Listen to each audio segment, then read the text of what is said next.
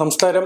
Hema committee report വന്നിരുന്നത് 2 വിക്കറ്റിൽ തെറിച്ചിരിക്കുന്നതാണ്. സിദ്ദിഖും രഞ്ജിത്തും രാജിവെച്ചിരിക്കുകയാണ്. ഇതിനെപ്പറ്റി പ്രതികരിക്കാൻ നമ്മുടെ BJP നേതാവും നാട്ടിലുമായ കൃഷ്ണവാ സാറുണ്ട്. സാർ നമസ്കാരം. ഇന്നലെ പറഞ്ഞതുപോലെ 2 വിക്കറ്റിൽ തെറിച്ചിരിക്കുകയാണ്. എന്താണ് ഇതിനെപ്പറ്റി പറയാനുള്ളത്? ആദ്യം തന്നെ രാജി സമ്മർദ്ദം കൊണ്ടാണോ സ്വമേധയാണോ എന്താണെങ്കിലും അതിനാദ്യം സ്വാഗതം ചെയ്യുന്നു. പക്ഷെ ഈ രാജി കൊണ്ടല്ല കാര്യങ്ങൾ അവസാനിക്കും. ഇതൊരു തുടക്കം മാത്രമാണ്. ഇത് എത്ര പേരുടെ രാജിയിലോട്ട് നീളും എനിക്കറിയത്തില്ല. പക്ഷേ നമുക്കൊരു ശുദ്ധീകരണം എന്ന് പറയുന്നത് എപ്പോഴും ആവശ്യമാണ് ഒരു മേഖലയിൽ. കാരണം ഞാനെല്ലാം ഇതിന്റെ ഭാഗമാണ്, ഈ സിനിമാ മേഖലയുടെ ഭാഗമാണ്, അമ്മയുടെ ഭാഗമാണ്. പക്ഷെ ഇതിനകത്ത് എവിടെയെന്ന് വെച്ചാൽ ഈ രാജി വെച്ച് കഴിയുന്നതോടുകൂടി പ്രശ്നം അവസാനിക്കുന്ന പോലെയാണ് പലരും കരുതുന്നത്. ഇതൊരു പ്രശ്നത്തിന്റെ തുടക്കമായി കാണണം. ഇവിടെ നിന്നൊരു അന്വേഷണം നടത്തണം. ഈ അന്വേഷണത്തിന്റെ ഫലം അതനുസരിച്ചിരിക്കും ഇവിടെ ഒരു ശുദ്ധീകരണം നടക്കുമോ ഇല്ല. കാരണം നമ്മള് രാഷ്ട്രീയത്തിൽ തന്നെ കാണുന്നു പ്രശ്നങ്ങൾ അല്ലെങ്കിൽ ആരോപണങ്ങൾ.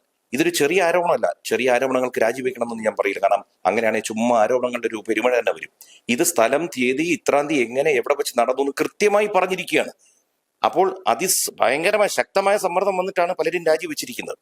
ഇപ്പൊ ഈ രാജി കഴിഞ്ഞിട്ട് ഇപ്പൊ നമ്മുടെ രാഷ്ട്രീയത്തിൽ കാണുന്നുണ്ട്, രാജിവെച്ചിട്ട് അവർക്കൊരു ക്ലീൻ ചിറ്റ് പോലും കിട്ടുന്നതിന് മുമ്പ് ഇവർ തിരിച്ച് മന്ത്രിസഭയിലേക്ക് വരുന്നത് പോലെ.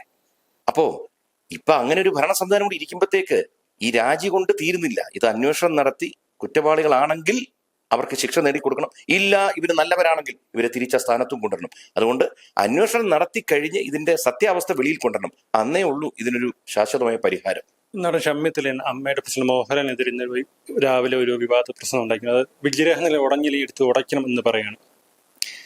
അദ്ദേഹത്തിന്റെ വേദന അദ്ദേഹത്തിന്റെ വ്യക്തിപരമായ വേദന. കാരണം തിലകൻ ചേട്ടൻ എന്ന് പറയുമ്പോഴത്തേക്ക് അദ്ദേഹത്തെ ഇഷ്ടപ്പെടാത്തവരില്ല മലയാള സിനിമയിൽ.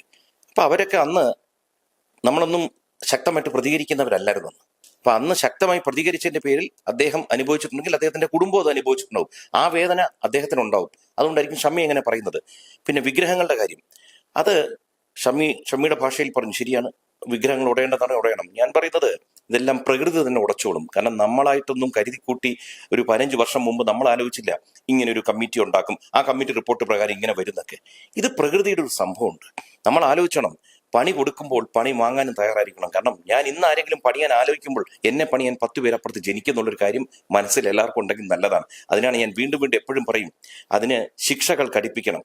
ശിക്ഷയുടെ അളവനുസരിച്ചാണ് കുറ്റകൃത്യങ്ങളുടെ അളവ് കൂടുന്നതും കുറയുന്നതും. ഇന്ന് കൃത്യമായിട്ട് ശിക്ഷ കൊടുത്തിട്ടില്ലെങ്കിൽ കുറ്റവാളികൾ ഈ രംഗത്തോട്ട് വരാൻ അവർക്ക് താല്പര്യം കൂടും. അവർ വരും, അവരെ സംരക്ഷിക്കുന്ന ആളുകളും വരും. അത് കുറ്റകൃത്യം കൂടുക ചെയ്യും. സമൂഹത്തിൽ നിന്ന് അതൊരു ശാപമായി മാറും.